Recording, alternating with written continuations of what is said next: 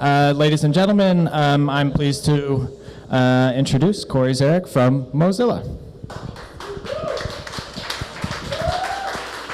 Hello. Thank you so much. Thanks to the whole Legal Hacker team for having me. I'm so excited to be here with you all.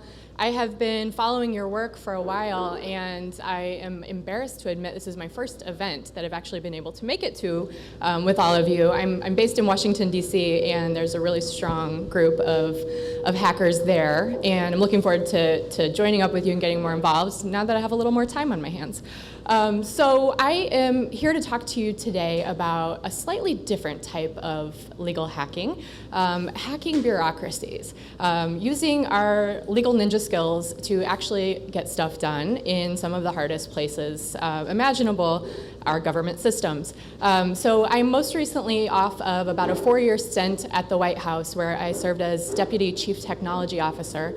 So working on tech in the White House and in the federal government was full of opportunities for creative thinking and hacking hard systems. So I'm going to talk to you a little bit about some of the things we got done while we were there and kind of look backward into some of that.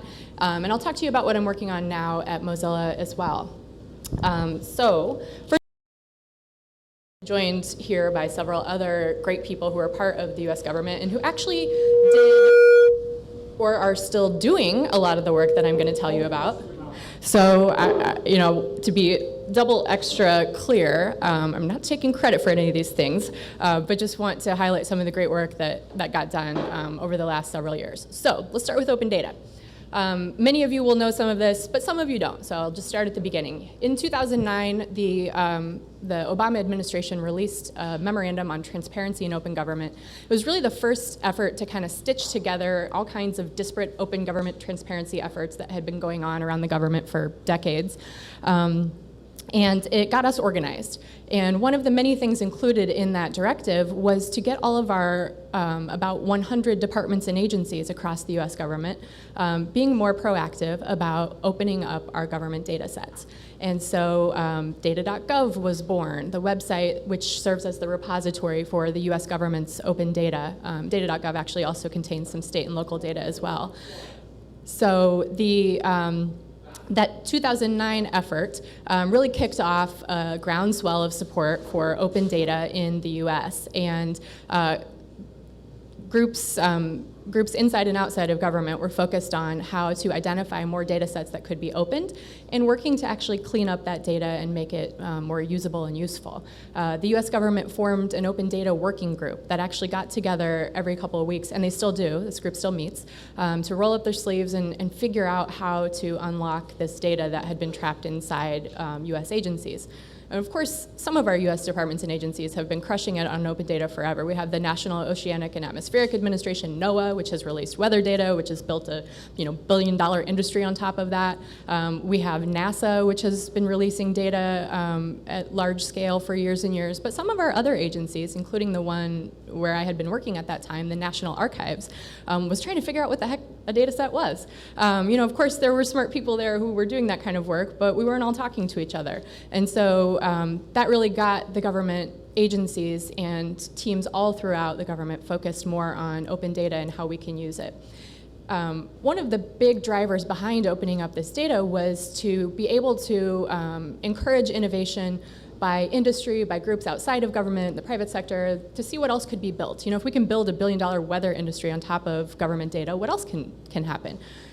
And that was great, that was all well and good, wonderful things were happening, great things were built off of that data, but what we found was even more valuable is that we ourselves in the government were the biggest users of our data. We didn't really realize that necessarily going into it, that the open data would be most used by us because our government's so giant and it's so siloed and we weren't sharing information as we could have been. So that was a great byproduct as well. One of the other great features of getting our agencies on board with opening up data on the right-hand side there, you can see, is our very open and public-facing tracker of how agencies are doing in meeting all the various requirements of the open data policies. And that was, you don't have a lot of sticks in government, you get a lot of carrots, but this was one way that we could ask our agencies to be very publicly accountable for that work that we're trying to advance.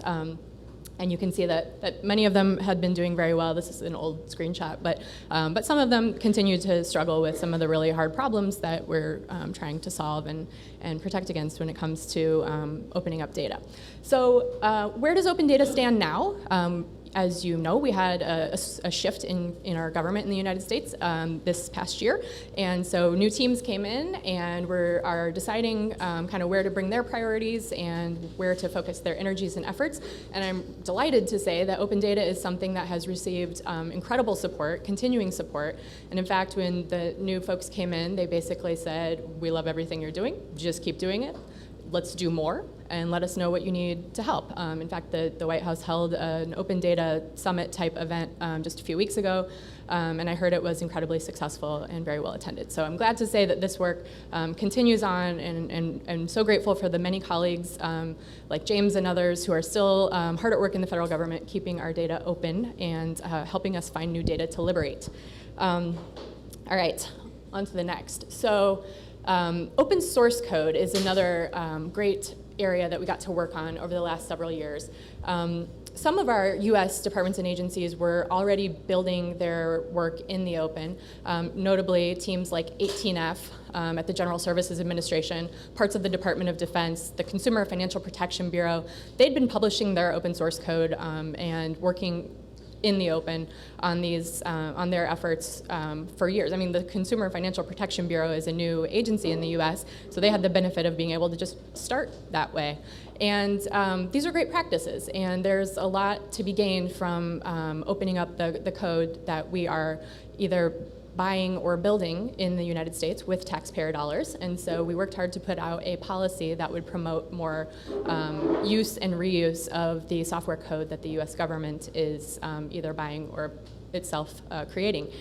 This policy and the work all around it lives on code.gov, and you can track the different projects that US agencies are working on where they have released open source software code on that site. So this project, I think we committed to launching an open source policy back in 2014, and it took a long time to figure out what that was going to look like. You can imagine the government contractors and industry groups that had their hackles raised at the thought of not being able to continually sell us the same thing over and over. And so we really worked hard to make sure that we had a lot of stakeholder engagement and buy-in before actually releasing the final policy, which came out in 2016. And then code.gov went up and is now where you can kind of track progress of the implementation. So more than 30 agencies have multiple open source projects listed on code.gov. It's going to continue to be the repository for tracking that work. It's definitely early stages and it's still a work in progress, but again, much like the open data policy, it's something that the new administration was incredibly supportive of, which we're grateful for, and the team that worked on this, that quarterbacked it, that championed it, that built it, is all still there in the government, continuing to keep this work going. So another great effort that, speaking of hacking bureaucracies, since that is kind of the theme I wanted to get up here, this was possibly one of the greatest challenges with the open source code policy, was getting our lawyers and other seniors on board with something like this, which was completely new and groundbreaking to the US government. And so that is probably why it took 2 years to get this done, and required loads and loads and loads of meetings. I have a colleague who worked with me at the White House who anytime she was working on a project and had a meeting where she knew the lawyers would try to shut it down, she would just invite me to the meeting. And so I'd get all these random calendar appointments, but quickly realized what my purpose was in these meetings was to be the secret lawyer in the room. I didn't have a lawyer job at the time. I don't have a lawyer title, deputy CTO. And so, we'd get all the reasons from the lawyers why we couldn't do a thing. And I would eventually chime in, from the back, like, well, as a fellow attorney, legally speaking, and be able to sort of hack that a bit as well. So this was an area that required quite a bit of bureaucratic hacking, but has led to some great outcomes, and I think we have a lot of believers that we brought along with us. So to shift a bit, time we spent in US government was also a really ripe time for a lot of collaboration and participation with outside organizations and groups. So the civic tech space has grown exponentially in the last several years, and we had an opportunity to work very closely with lots of civic tech colleagues on projects to benefit the American people in communities and local communities across the country, around the world. And one of my favorites is the one I posted up here, the Opportunity Project, which you can find at opportunity.census.gov.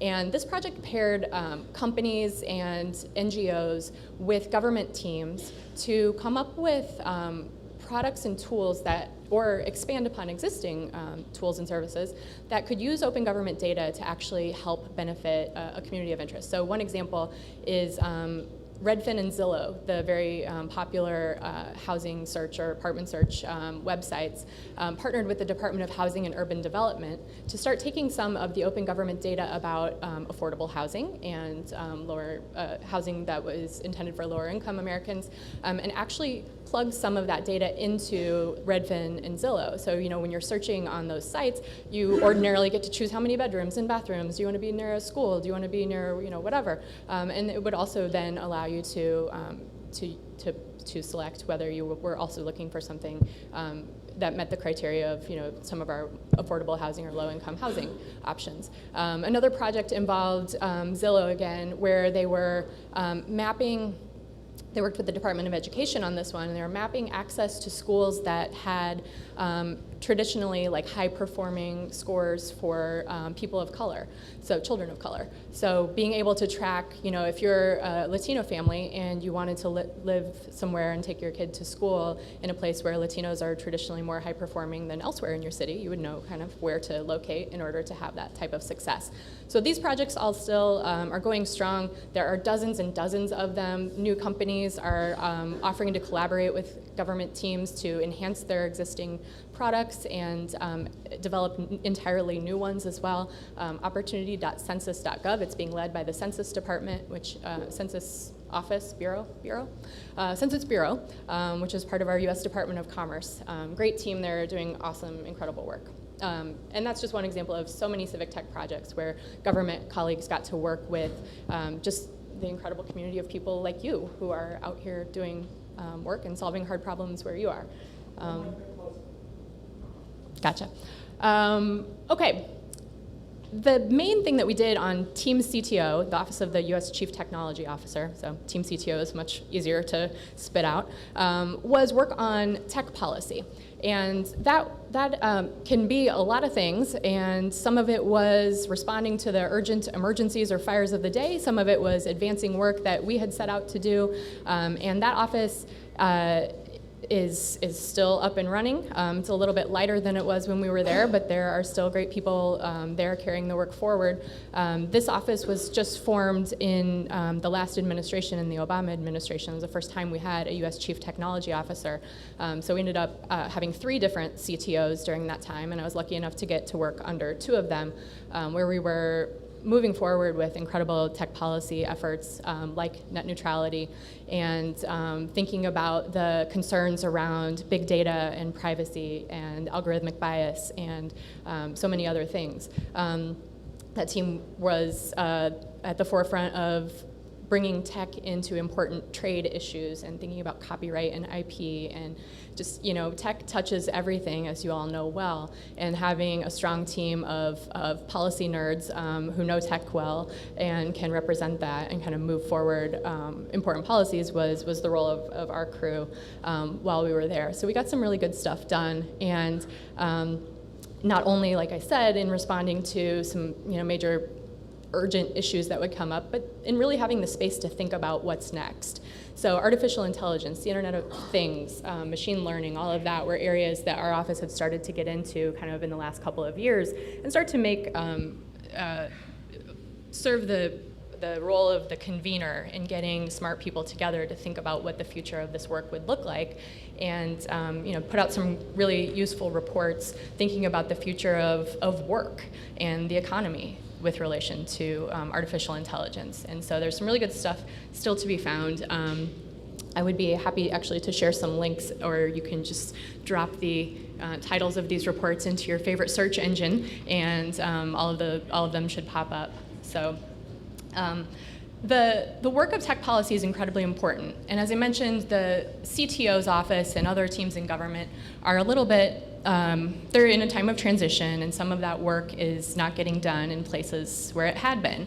So Mozilla, where I am now, is this great company focused on keeping the internet open and free and healthy, and they're very interested in supporting smart, important, helpful tech policy initiatives around the world. Mozilla started a brand new fellowship just this year that I'm helping to develop and launch around tech policy. And the goal is to basically scoop up some of these great leaders who have been doing work inside the US government, inside other governments. It's a global program. And we're giving people the space and the place to continue doing the important work they were once doing inside of government. So for example, we have a fellow who was one of the main champions of net neutrality. It came from the Federal Communications Commission. And she's now working with us to continue to push that effort and try and keep the internet open and free. We have fellows who were working on the AI machine learning future of all of that efforts from the White House who joined us to continue working on those issues. And so the goal of the fellowship is to provide sort of the space for this work to continue when governments are sometimes not in a position to keep doing the important things that we think they could be doing. The model is for fellows to join for a year. And like I said, I'm helping get this launched, and so I'll be there for the next, 9 months now, getting this thing off the ground and looking for good projects and good people to work with us. So I will kind of wind down there, but I'm happy to do a couple of questions. I don't know how we're doing on time. So if we have time and anyone has questions, I'd be happy to take a couple. So yeah, thank you so much again for having me. It's been wonderful to be here with you. I can't wait to meet so many more of you and hear about the awesome work you're doing and find ways to work together on some stuff. Thanks.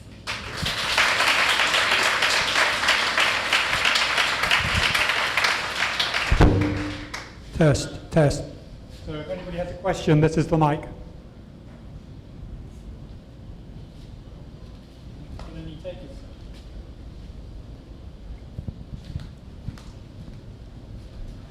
Earlier this year, there were some alarming reports coming out in the press about the Trump administration's decision to reduce some of the government data feeds and limit access to them. And I was just wondering, just from a reality check point of view, what are the biggest threats that you perceive, and what can we as a community do to help?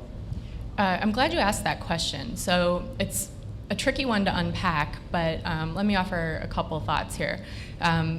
There's definitely some validity to kind of that premise, yes, but there was also a lot of misinformation in the early weeks of the new administration with regard to open data being taken offline or removed from government websites. Some of that did happen, yes, and some of those topical areas are kind of the politically charged topics like climate science, climate data, and other things. There was another very noteworthy set of data that was removed from the US Department of Agriculture's website that was the timing was unfortunate, but it was a kind of a long-planned effort that was in response to litigation. They lost and had to remove that data for other reasons. So that also legitimately did go away because of the litigation. But data.gov still has more than 190,000 data sets, right about where we were when the baton was passed, if you will. And while it's certainly an agency's prerogative if they want to change the way their data appears on their website or maybe remove it from a noteworthy or prominent location, that doesn't mean the data is still not necessarily open and public. So we have a great belt and suspenders model in the US. So in addition to your data being made available on your own agency webpage, for example, let's just say the EPA. And that data then is also cataloged on data.gov. And then as a another set of suspenders. Your data is also archived in accordance with the federal records laws that require us to manage and maintain our government information. So it's available through either your own agency or the National Archives, depending on how old it is. So the data is still there. It is not going to be disappeared necessarily, but that doesn't mean that there isn't a great role for citizens and concerned citizens and active folks to play as well. And I think, getting a lot of attention and energy around this topic with the data rescue efforts that were happening earlier in the spring, and finding other ways to capture this open data outside of government, that's fantastic. I think it's, incredibly useful to have people talking about this and paying attention to it and keeping an eye on things. That's our job now. When we're not serving in the government, we get to be the watchdogs on government and make sure that they're doing, that our folks in those positions are adhering to the law, doing what they should be doing, and calling them on that when they're not. So the data is still there. It is somewhere, even if our friends at the EPA have decided not to prominently display it on their website, it still exists. We can still, that doesn't mean we shouldn't also, though, be a little bit concerned and raise our voices when we need to. Any other questions? Yeah, I was just curious about citizens archiving data from the sites. I think I remember hearing about some effort specifically around the EPA for archiving using like decentralized storage and things like that. I'm curious, what do you think about that approach? Yeah. Yeah, so I mean, it's helpful to have people working on these issues. It's challenging because you can't necessarily verify that the data is exactly what came from the government, right? Especially when you're on a third party or a non-governmental website, or if you're in a repository that isn't, where you just don't know. And so that then causes an extra layer of homework for all of us if we plan to use that data to make sure that it is indeed accurate and that it is like the legitimate data. And I don't know that I have not seen yet a great solution to sort of like verify that, and I hope that I know there are smart people working on that. I could help you with that, actually. Yeah. So I'm glad that they are, but yeah, that's a challenge, right? Like being able to rely on the data is the whole point. Anybody else? Okay, thank you again for having me. I'm excited to hear from so many more of you today and tomorrow, and I look forward to rolling up my sleeves and getting to work with you. Thanks.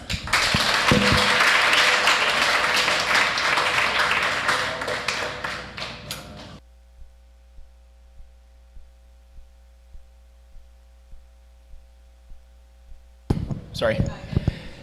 My name is James Miller. I work at the Federal Communications Commission. I also teach Japanese and comparative law, some digital economy stuff, and American University in DC and a couple universities in Japan.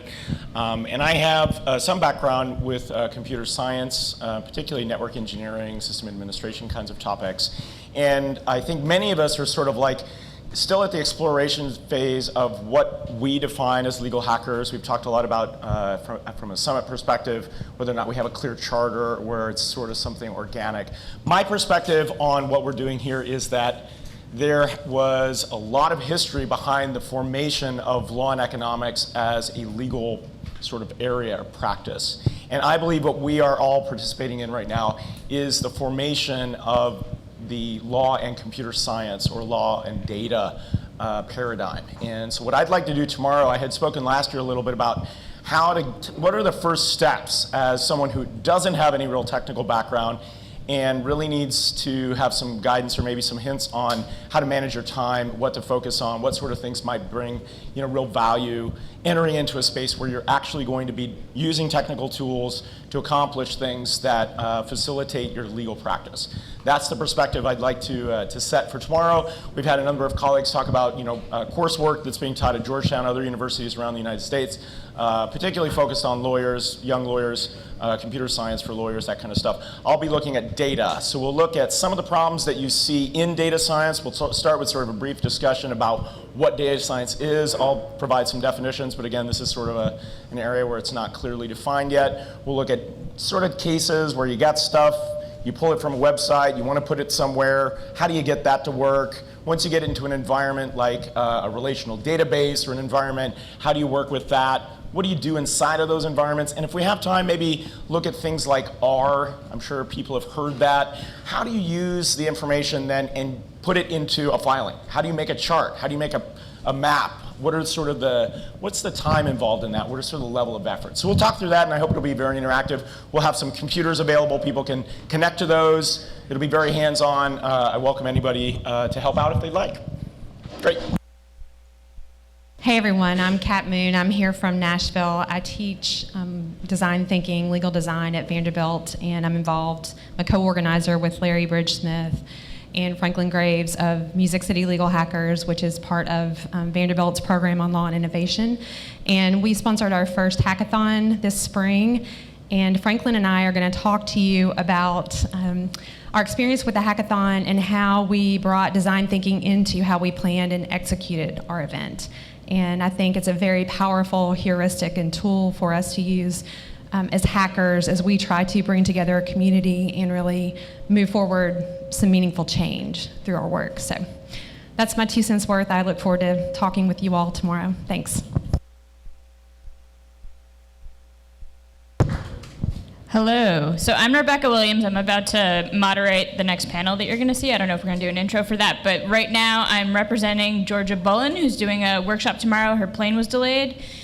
She hails from Open Technology Institute, which is a subset of New America, a think tank in Washington, D.C., and she's going to do a focus group on social justice and technology. So Open Technology Institute, if folks haven't heard of it, maybe if you're a New York local, you've heard of the mesh networking efforts in Red Hook like about 5 years ago. So Georgia was the woman who did that.